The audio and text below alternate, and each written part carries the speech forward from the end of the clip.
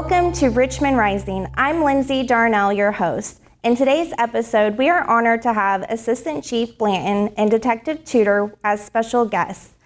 Join us as we delve into the activities and accomplishments that the Richmond Police Department has made so far this year. Thank you for joining me. Thank you for having us. Thank you. Can you guys tell me a little bit about yourselves, how you came into law enforcement, and how long you have served our community? Absolutely. I'll start with you, Detective Tudor. Well, my name is Patrick Tudor.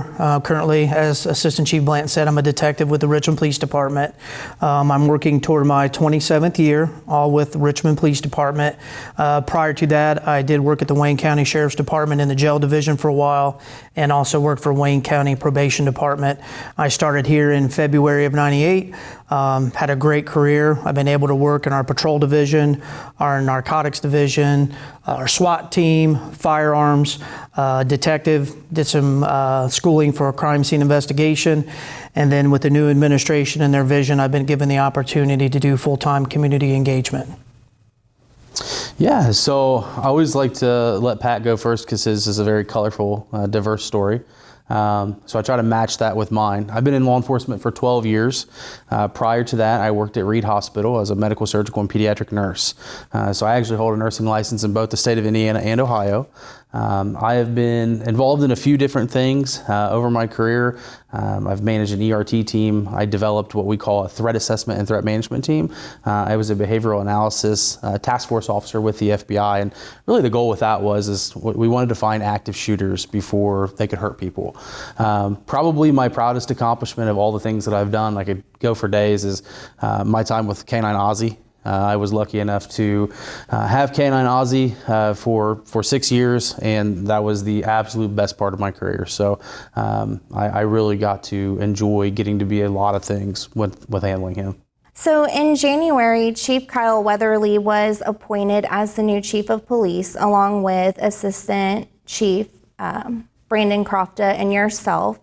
Can you tell me what changes have been made to the police department since this new administration has taken over? Yeah, absolutely. So since taking over in January, we've made numerous changes. We've kind of changed the face of the Richmond Police Department in an effort to kind of rebrand it. One of the biggest changes you'll see is actually the room we're sitting in today. It was kind of an old defunct weight room, and what we used it to was to turn this into a kind of a state-of-the-art classroom. In addition, you see the vinyl behind us, and it's really about building that brand. Making this a place that not only you can take pride in to work for, but you can take pride as a community member and a citizen of Richmond by saying, that's my police department. And that's really one of the biggest initiatives for us to kind of get behind that. So how has the police department prioritized community relationships since you guys have taken over? Yeah, so that's a great question. For us, I would tell you that community engagement, community relations is our number one priority. Part of that was the effort to bring community policing to the city of Richmond. And it was more than just making it a buzzword or something to that effect. It was about being sincere behind those words, not just, being here. For us, we look at it as in the United States of America, your police officers are the most visible form of governance. And it's our job to show and to enforce the will of the people. It's not an us first them thing. This is a community thing. This is a everybody wins together thing. So the biggest thing that we did is we actually started the PAC division. Detective Tudor kind of heads that up. A lot of his community engagement, but PAC stands for Policing and Communities Together. We kind of tried to find a cool acronym, so we used PACT as the acronym because in essence that's what we've done. We've made a pact with our community to be the best versions of ourselves. Okay. So what impact has PACT made so far in the community and in law enforcement? Yeah, so I'll tell you what, I'd turn that over to Detective Tudor. He can tell you a lot of the stuff that he's done, and then I can kind of wrap some of that up. But the work that he's done has been nothing short of amazing. Matter of fact, just to kind of brag for a second, is I run our social media page, and that was another big thing for us. We have roughly 36,000 followers, and it was being a hub for people to be able to see things and do things. So as I'm working through there and making some posts, I see a comment that someone posts on a picture from when Detective Tudor was at Girls Inc. yesterday doing some CSI stuff, and the individual, what he said encapsulated exactly the feeling that we're trying to get. He said, this isn't a guy who just talks about it, he acts about it.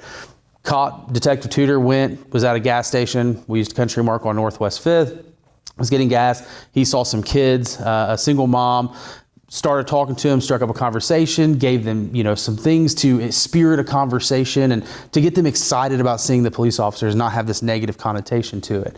And you could tell, and in this comment that this individual made, it was pride. It was pride for him to see that the police department was not just talking about it, they were about it, and they caught him in the action. And I think the coolest thing for me is that in this day and age, in the day of social media and setting things up, it's how do you not make it seem insincere? How do you not make it seem fake? And this was exactly that. This was a guy who, for no intents and purposes, wanted any recognition, wanted nothing to be said about him, watching his police department do what they should be doing. And that was just an amazing thing. So I have to let him kind of talk or delve deeper into that. Yeah, and I didn't see that post that the individual made, and it would actually happen to be my wife. And most times, I think in law enforcement, we as a profession, as a country, don't do the best at highlighting the things that officers do positive in the community. It usually seems to be the negative things that always gain that spotlight. So, I feel like it is important that when somebody does acknowledge you for something like that, I'm going to take the time to reach out or stop back out and talk to that individual. And again, it was really, I look over as I'm getting gas and I see these 4 little boys scattered in the car, and mom's trying to control them, and she could tell she had her hands full. And I just went and said, "What are you boys doing today?" And struck up a conversation. I gave them some stickers and badges. But anybody that knows me knows I'm really just a big kid at heart. I truly enjoy engaging our young generation. So to me, it's humbling when somebody says something positive or makes a compliment about you like that. But going back to the original question, with this vision that the administration had under the direction of Chief Kyle Weatherly and Adam and Brandon, was to really rebrand the department and really strengthen our community engagement. One of the first things that they did was gave me the opportunity to go into this position full time. And, I hold myself to high standards. I'm constantly asking Chief Blanton, hey, is everything doing okay? Are we moving in the right direction? Making sure I'm meeting the vision for the agency and for the community. With that opportunity, one of the things that we wanted to do is to create not only that division, but some visibility. So one thing that we did do is take one of our new police cars, and we had one of our local businesses help us design a custom wrap job on our car. The car has been out now for probably 8 or 9 weeks, so it's been visible at a lot of the community events that I go to. Some of the parades and things, we just brought in the cops, cyclists, and helped escort that in. But for us, we want our community to see us, to approach us, and having that car, whether it be at Girls Inc. or the Boys and Girls Club or at JUCO or at a couple of car shows that I've recently attended, it's a way for us to just continue that engagement into the community and really just build relationships. I think with, at least in my generation, growing up, I'm 52 years old, that to get the news, you had to go back and read a newspaper or catch the news in the morning and in the evening, and now it's at our fingertips. So, for us, I think as an agency, it's to continue to do what we have done, and that is with the 36,000 followers we have, is to highlight what our efforts are, and our officers. Recently we had a very good post about 2 of our officers that prevented an individual from committing suicide. For them to acknowledge them and their efforts, I think that's what most employees want from their administration, their bosses, their supervisors, is to just have that acknowledgement. And they've done a great job with that. So for us, again, we are going to continue to build what we already have. We're looking to expand a couple different things within our division. We want to have a cadet program, which is a program designed for 16 to 20-year-olds that are thinking about a profession or a career in law enforcement, and then eventually work them into working for our agency. We want to bring back our Citizens Academy, which is a great opportunity for the citizens of Richmond to engage directly with our officers, to see the good and the bad with this job, how difficult it is and can be sometimes, and then just continue to build those partnerships and relationships, getting to our neighborhoods and developing our neighborhood associations again, and having our patrol officers and our patrol staff, getting into those neighborhoods and finding out directly what is going on in your neighborhood, and have that exchange of conversation and information, which only leads to just trust, right? And transparency, which benefits us greatly. Okay. So this year you have been more engaged with community than ever before. You have partnered with the Richmond Parks Department with JUCO, like you were saying, hosting the Townsend Centered Crime Camp that I had seen, attending Public Safety Night at the County Fair. And you guys are planning to host Richmond's National Night Out on Tuesday, August 6th. Can you tell us a little bit more about these events? I'd love to. So National Night Out is really that date, August the 6th, is a designated date across the country. And really National Night Out just is the way for law enforcement agencies to engage and interact with the community. So we have had this in our community in the past. It's been kind of underneath the umbrella of our FOP. We as an agency really want to make that ours. We want to brand that as ours in our community. So the event is really going to be celebrating with our community. And by doing that, we're going to be at Glen Miller Park. And again, you said August the 6th. From 5 to 8, we're going to have an opening ceremony. We've got some skydivers who are veterans that are going to be parachuting in. We're going to have the national anthem during the same time. And then once we kick that off, we've got multiple blow-ups. We've got some different events going on. We've got a 3-point shootout going on. We're potentially going to have a big tug of war against some of the local high school football teams, which is a great way to kick off the football season. We're going to have food. The First English Lutheran Church has really made this their event. They said, hey, we as an outreach want to be involved with you guys. So they've given us the financial support to make really all of this happen. So we're going to be serving food that night, hamburgers, hot dogs. It'll be at no cost to the community. We've got the fire department that'll be there.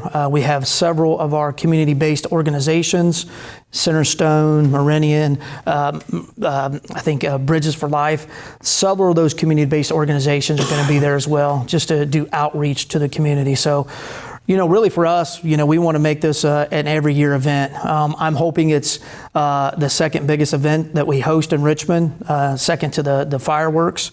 And then, every year we just bring more and more businesses and people out to celebrate with us so they can see who we are as individuals. Because a lot of time, and that's what's difficult about our job is, our officers for the most part are running from call to call, and you don't get to really spend time engaging and interacting with the community. But I can tell you at the 4th of July fireworks event, I look over and 4 or 5 of our officers are out there playing football against a bunch of young kids, right?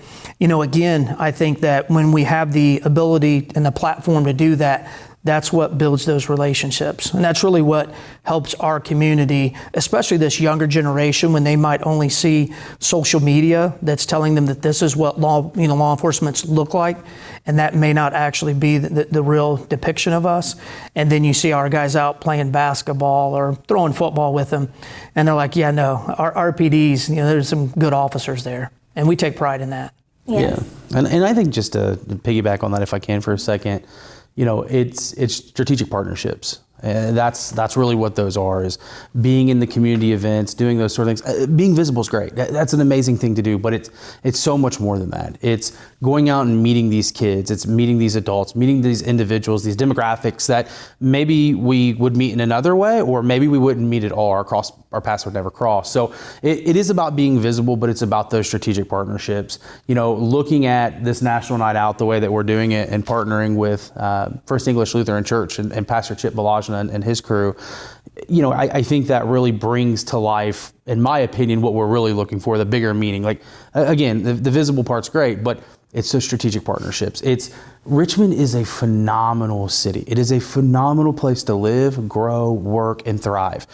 We have so many great groups out there. They have so many things that they want to do, and there's good missions, and there's good things that they're trying to accomplish. And we want to be part of that too, but we also want to be that common thread that pulls them all together. 100 people working in 100 directions, maybe if it's the same direction, that's really awesome. Great, right? We'll take that. But if there's a common thread and we're all working together, I always go back. I remember my fourth grade gym class. There was a picture on the wall from my gym coach, and it was team. Together, everyone achieves more. And, growing up, I'm like, I'd always try to insert an I or something to that effect to be funny, but looking at that's what it takes. And there has to be that common thread. I think with law enforcement and in the criminal justice field, that's it. That's what we are. We are the community, and the community is us. So this is our way of being that common thread, to bring everything together for the whole. That's our job to lead from the front.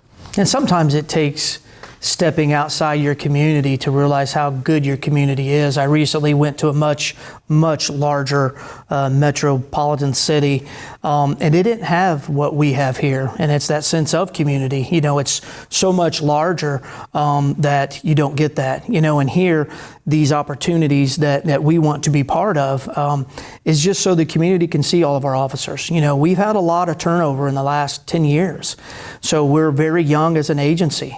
So it's important for the community to see who these young officers that maybe have a year or two on. They're the ones that's going to be responding to the calls when they dial 911.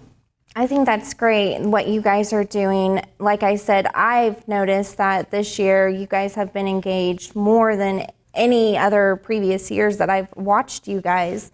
So I do commend you guys for really pulling together and making pact and getting into the community so you can let the community know, like, hey, we're not the bad guys. We're not here just to do this and do that to you. We're here to actually help and be a resource if you need us. Absolutely. So do you have any other events planned for the upcoming months? So our biggest event is going to be National Night Out. When I took this position, we had discussed this as well, as we find it important to also do stuff for our officers, right? To keep us as one big, strong family. Obviously after Officer Sierra Burton, that incident, it strengthened our relationships, right? Whether you had 2 years on or you had 40 years on, we really bonded and came together, and we don't want to lose that. And sometime with this profession and how busy we can be, and guys working opposite shifts, we don't get to spend that time together and bonding. So we've made it a goal to also have some events for our officers this year. We did a date night a few months back where, just spouses could get together with other spouses and just, maybe they haven't met yet. Which is great because, through that, the wives are now talking and they're like, oh, you should be part of the Sierra Burton Auxiliary, or we've got this challenge coming up, or hey, do you want to help with the canine trials? But August the 2nd, we have actually, our officers countywide actually and their families are going to be at the Richmond Municipal Swimming Pool for an event that we're going to have just for our officers that night. But things that we do have planned, I would say later this fall. Obviously, we're going to try to get the Citizens Academy up and going by then. Diane Whitehead, who used to kind of oversee that, she's retired now, and she actually reached out to us and she says, hey, I've got some spare time. I would love to come back and help. And, with open arms, we're absolutely, with that, we want to again get into our neighborhoods and start getting back to, the small conversations with the people that live in those neighborhoods and get those up and going again, whether you call it Crime Watch or Neighborhood Watch, whatever. And then, a big thing for myself and Officer Hobbs, who's also in the PAC division, is we both like Halloween. So if you know this in the past, we've done some haunted houses that we had a blast doing. I think we had between 23 to 2,500 people come through our haunted house in like a 6-hour period. And, that's not quite 10% of our population, but that's a big percentage of it. And with that, we took donations, and we were able to raise, over $3,000 for our Blue Angel Fund, which again, we can take those funds and do something positive in the community. So, and then I know we'll have some other events that are coming up that the city's going to be hosting that we're going to definitely want to be part of, parades and things of that nature. So. Okay, great. So the department has grown significantly since this administration has taken over. What are your future hopes and goals for the Richmond Police Department? I think our goals are very simple. I think our goals are to continue to provide the best service overall, and I use service purposely because that is what we supply to the people who put us in this position that we take an oath to protect. So I think to provide the best service, to be the best employer that we can be, to keep the individuals that we do choose to come and be a part of the Richmond Police Department, the City of Richmond, Indiana, to keep them happy, healthy, and safe. Again, I think the other part is to constantly give the City of Richmond a reason to smile and a reason to be proud. In this line of work, there's times where there's undoubtedly negative things that happen in humanity across the world. Period. No ifs, ands, or buts about it. However, our goal is that when you look at the Richmond Police Department, you say, that's my police department. That doesn't happen here. These guys, these gals, not here. These people care. They care about our community. They care about us. We are Richmond. Great. You guys, I want to thank you so much for joining me. Is there any last words you want to share with the public? I just appreciate the opportunity for us to highlight our vision. I will probably most likely retire in about 5 years. I've made it known that my vision is to have the PAC division going really strong by the end of my 5 years, and that the community engagement is something that will continue to have our cadet program as a great feeder program for all of our local Wayne County youth, that they are given an opportunity if they want to look at what a career in law enforcement looks like. They have a pathway, much like what the fire department has. Again, and just really build into this next generation of younger officers coming in the value of the community policing, right? And it not just be, as Assistant Chief Blanton said, just a word or a novelty. This is who we are. It's what we do. And just again, when we get out and we engage the community, they know us as individuals. They know our hearts, and when I can distinctly remember when we were on our way to Indianapolis for the funeral procession for Sierra, just seeing how our community lined the streets. We know that love is there. Sometimes in this career, you don't see it because of just all the negativity that we deal with. I mean, we're solving people's problems. So it's easy sometimes to forget that, or when you go on the social media post and you're hearing the negative comments. But, for us, I know it's good for us to continue to build these relationships and the value for our younger officers so they can be that next leadership and understand the importance that we can have in our community. Yeah, and I think just to piggyback off that, I would be remiss if I didn't thank Lieutenant Mike Black for his leadership. He is over the PAC division. He is the supervisor in that area. He also is very heavily involved in traffic and traffic safety. He does a phenomenal job. Detective Julia Ridgway, she's in that division as well. She actually just recently became a certified car seat technician. So if you see us on Facebook, we're going to start having some things like that go on where she's going to check your seat belts and do things like that. She hit me with a cool, really, I think, powerful statistic the other day. And it was that, a child who's unrestrained or not properly restrained is 3 times more likely to be injured than a child who is.